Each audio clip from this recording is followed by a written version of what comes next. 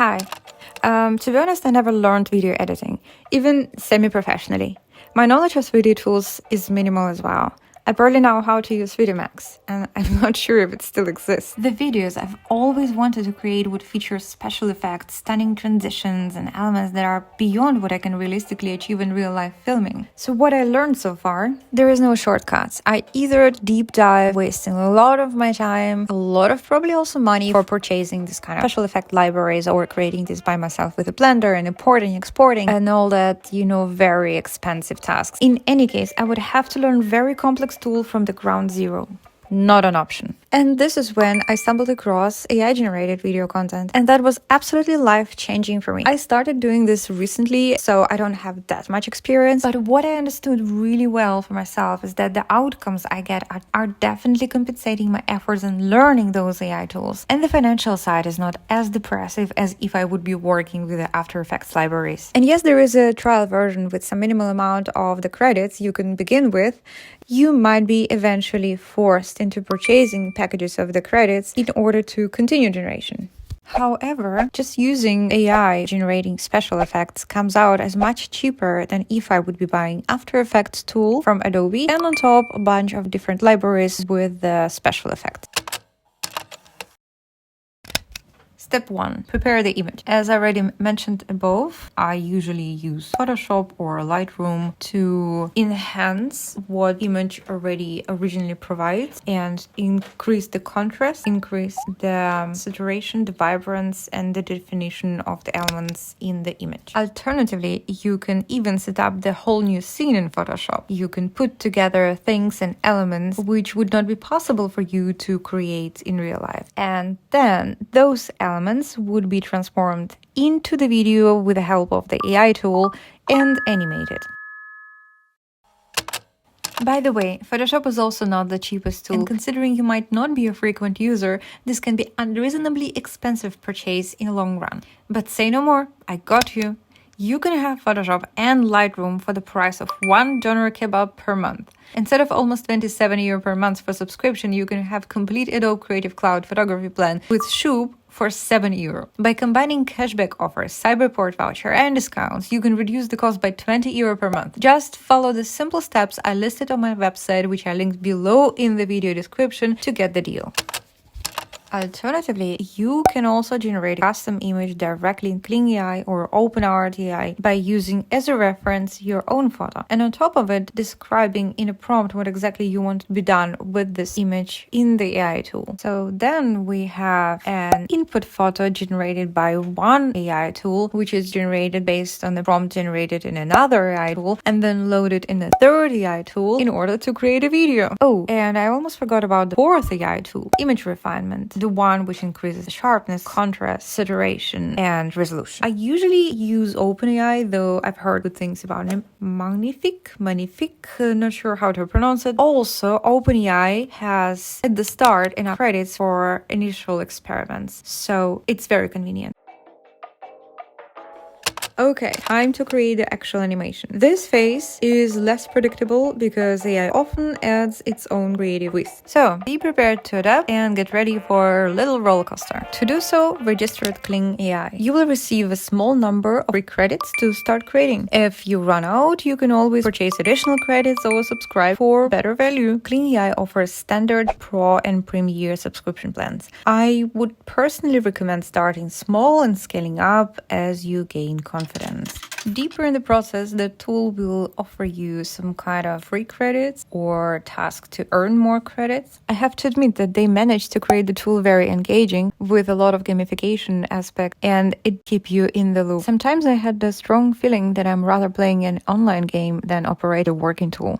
After registration is accomplished, go ahead and select image to video section on their website. Here you can directly upload your photo, and now it's time to create the prompt. Additionally, you could still add an end photo, and then the video would contain transition or transformation of the subjects on the first photo into the subject of the last photo. That's a little bit tricky. I'm not gonna dive into it right here. Perhaps I'm gonna talk about it in the next upload, because I did not really crack the code so far, and I didn't find the perfect recipe for good transitions. It all looks a little bit cringy. So how do we write a good prompt? I mentioned this already and I will say this again. Keep it simple and concise. Describe what you want to see in 2, maximum 3 straightforward sentences. Avoid complex movements, transitions, or interactions. Simplicity in this case leads to higher success rates. If you're unsure about your prompt, use text-based AI tools like ChatGPT or Copilot to refine it. You can even ask those tools to completely create the prompt from scratch. Or you can upload your own version of the prompt and ask them to make it more feasible. And you can even mention for which tool exactly those prompts are meant to be written. For example, KLING AI. In case you still see some ways to improve the prompt, give the feedback to the ChatGPT or a Copilot or whatever tool you are using. Tell it to shorten, make it more precise, more straightforward, even set a limit of a certain amount of characters or sentences. Pro tip: less is often actually more. From my experience, providing too many details can confuse the AI tool, leading to unexpected results.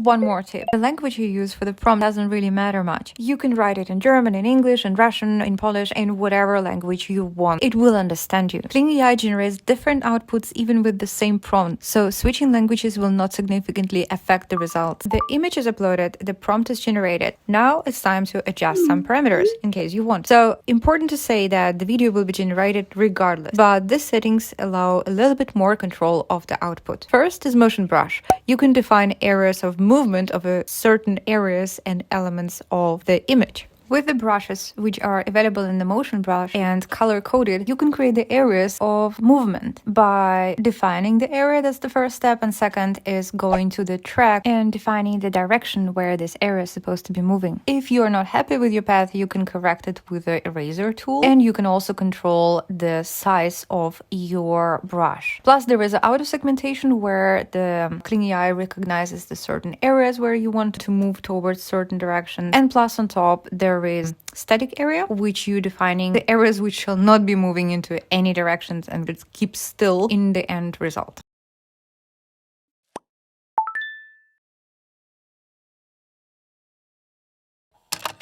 Next, you can adjust creativity versus relevance. So balance creative freedom with the relevance to your prompt. The more you put the slider towards the relevance, the more direct will be interpretation of your prompt, and vice versa. Next setting will influence how your video will turn out, whether lower or high quality. In the standard mode, unfortunately, the quality will be lower, but it will also cost you less credit. The professional mode will give better output, but will cost more. I would recommend to use standard mode for testing your prompt and the professional mode for already creating the more or less final version of the video. Though there is no direct correlation except for just quality. What you have created in the standard mode can still turn out being completely different video in the professional mode. So be careful with that. You cannot recreate 2 identical videos in a different mode. What happens in the standard might never happen in the professional and vice versa. So yeah, it's just about testing and approximately estimating the quality of the prompt.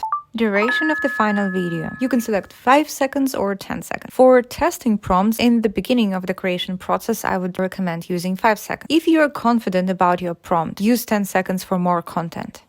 Next setting is the generating count. So here you define how many videos you would get in the end as output. You can select minimum 1 video and up to 4 as a maximum. A side note, watch out for your credit account because the more videos you're generating, the faster it will get empty. Okay, let's move to the next setting, which is camera movement. Here you can select in the drop-down various camera movement from horizontal, vertical, zoom, pan, tilt, and roll. For each of the movements, you can also adjust the setting of how much you want this camera to be moved in a certain direction. Really nice feature. The last option is negative prompt. And here I can't really tell much except for list everything what you don't want to see in the final video. And you don't have to create a specific prompt. Just use a comma as a separation between the words and list them one after another. And the last step is just download the video with or without the watermark. The videos are only available in the resolution or format provided. Higher resolution edits must be done, unfortunately, separately. Additionally, you can always provide a feedback on the quality of the generated video and its relevance to the original prompt. Those little thumbs up and thumbs down in the top right corner with the 3 different parameters to evaluate the video. I did not really see any improvement of the next generations of the videos based on my feedback, so I didn't really see this feature as beneficial. If you don't achieve the desired effect on your first attempt, don't give up. I typically generate 5 to 15 variations of an idea using similar but slightly modified prompts, and this way I can reach satisfactory results. This approach gives me a success rate of approximately 60%, meaning that just 60% of the videos I create can potentially be used for a final short or the reel. The final important step is combining the generated video snippets into a single cohesive video through editing, cutting, zooming, and flipping. While Final Cut Pro is my go-to daily tool, mainly out of habit to be honest, CapCut stands out with its extensive library of trending transitions, effects, and really rich clip art. So I would also recommend to give it a try. Have a look at both of them and pick the one which feels the most intuitive for you. Before starting the editing process, it's essential to align with your vision and choose the right music track. It's also helpful to decide upfront whether you're aiming for a short or a long video. If I want to tell a clear story with steps which cannot be mixed up, my videos usually fall between 15 to 30 seconds. For purely aesthetic content, I aim for duration up to 15 seconds. And when I want a quick, simple option, I create very short, loopable videos lasting no more than 5 seconds and overlay them with repetitive sound that doesn't really have a beginning or the end.